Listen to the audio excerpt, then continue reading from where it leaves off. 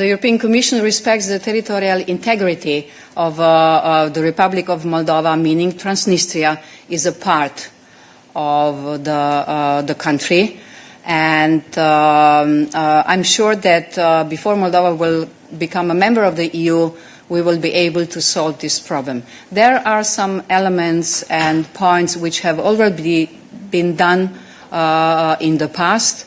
I'm speaking about, for instance, Transnistria, since this year, allowing transmitting of the national radio and television of Moldova on their territory. Before it wasn't possible.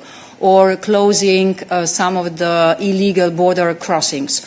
Or enabling people in the future also to be part of the growth plan, 1.9 billion for Moldova. So yes, now with the new government, we will also work on this challenge.